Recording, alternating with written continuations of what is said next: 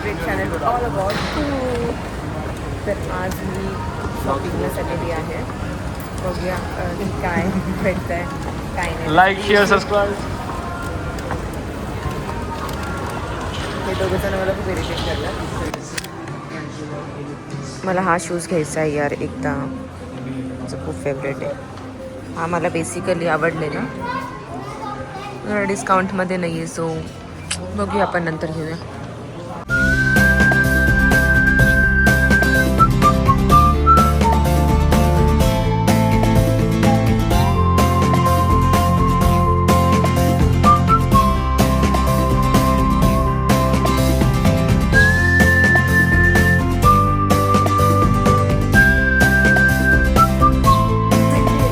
Finally माझं parcel आलेलं आहे.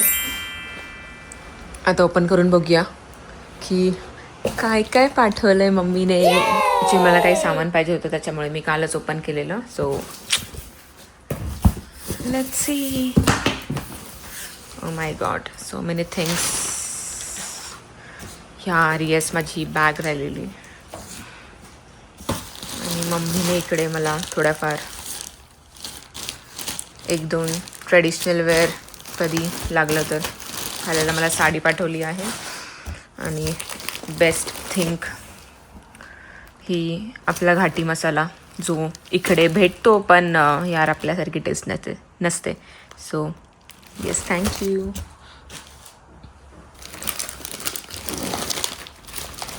And this is my favourite.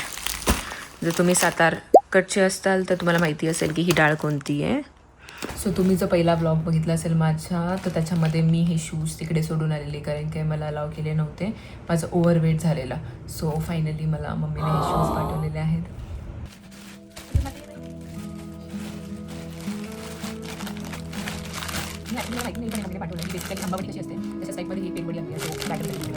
Thank you.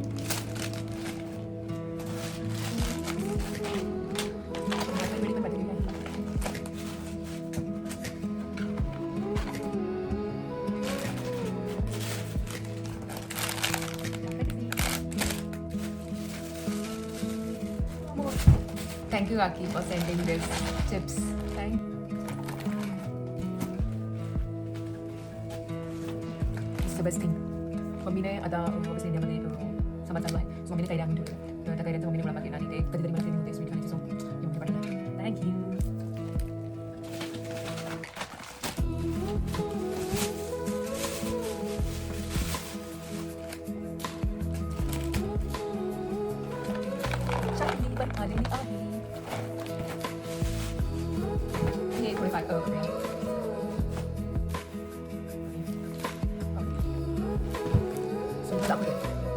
पूर्ण पाठवलेलं आहे मम्मीने.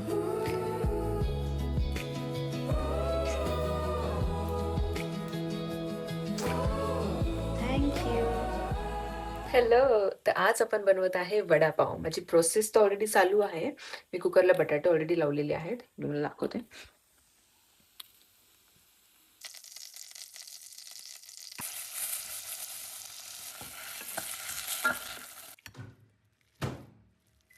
तर आपला स्मॅश आलू रेडी आहे.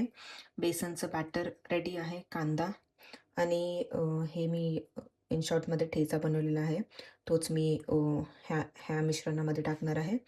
So let's get start. आपला बटाटा पण रेडी आहे ऑलमोस्ट. आता फक्त हे थंड झाल्यावरती ह्याची पॅटी बनवून बेसनमध्ये डिप करून वडा. बटाटे वडे रेडी आहेत. आता फक्त आपल्याला तेलामध्ये फ्राय करायचे ते वडे. आणि ready to eat.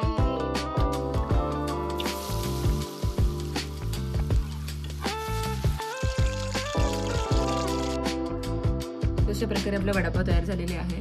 Me already ह्याच्या आतमध्ये ठेचा, चटणी